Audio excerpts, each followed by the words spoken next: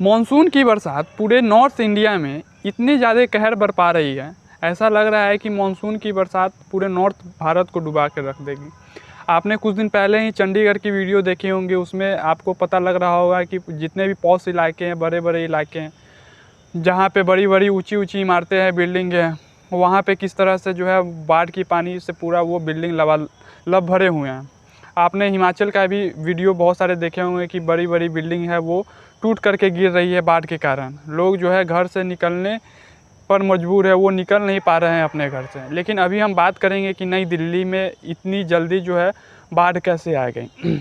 तो हम 5 पॉइंट में समझने का कोशिश करेंगे कि यह मानसून की बरसात और साथ में जो बाढ़ की पानी आई हुई है हिमाचल और चंडीगढ़ में, वो होते हुए दिल्ली में कैसे प्रवेश कर गई। और ऐसा लग रहा है कि पूरे दिल्ली इसके चपेट में आ जाएंगे और लोगों को घर से निकलना मुश्किल हो गया है। तो 5 पॉइंट में हम आपको आज बताना चाहेंगे कि दिल्ली में इतनी भयावह बाढ़ कैसे आ गई।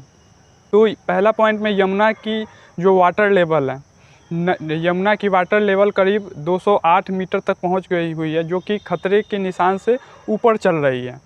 और 1982 में जिस हिसाब से दिल्ली में बाढ़ आया था, उसके बाद यह 2023 में उतना ही भयावह बाढ़ आया है। 45 साल के बाद यह बाढ़ इतना भयावह हुआ है दिल्ली में। तो दूसरे पॉइंट में बात करेंगे कि दिल्ली में जो है कंटिन्यूस रेनफॉल हो रहा है, यानी कि 5-7 दिन से जो है वो लगातार बारिश हो रहा है। तो लगातार बारिश होने के कारण जो है वहाँ पे पानी का जमाव हो गया हुआ है, और पानी का जमाव होने से वहाँ पे पूरे बाढ़ की स्थिति बन गई हुई है। तीसरा पॉइंट में बात करेंगे हथनी कुंड बैरेज के बारे में। हथनी कुंड बैरेज जो है वो हरियाणा में है। हरियाणा के हथनी कुंड बैरेज को खोल दिया गया हुआ है, और वो जो पानी है वो यमुना नदी में छोड़ी जा रही है। तो हथनी कुंड बैरेज में इतना ज़्यादा पानी आ कहाँ से गया? तो अभी हम आपको बताएं कि चंडीगढ़, हिमाचल, यहाँ पे जो है बहुत ज़्यादा बरसात हुई है और यहाँ पे बाढ़ की स्थिति है।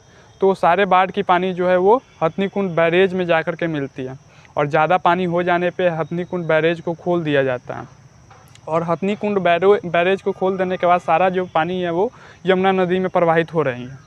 तो चौथा पॉइंट में हम लोग बात करेंगे कि बड़ी बड़ी जो है वो ब्रिजेज बनाई जा रही है नदियों के ऊपर। यमुना नदी के ऊपर जो है लंबी लंबी बड़ी बड़ी जो है वो पुलें बनाई जा रही हैं। लगभग 20 ब्रिज जो है वो वाजीगढ़ से लेकर के ओखला जहाँ पड़ती है, जो 22 किलोमीटर की डिस्टेंस है, वहाँ पे लगभग 20 ब्रिजेज को बना दी गई है, बड़ी बड़ी पुलें हैं।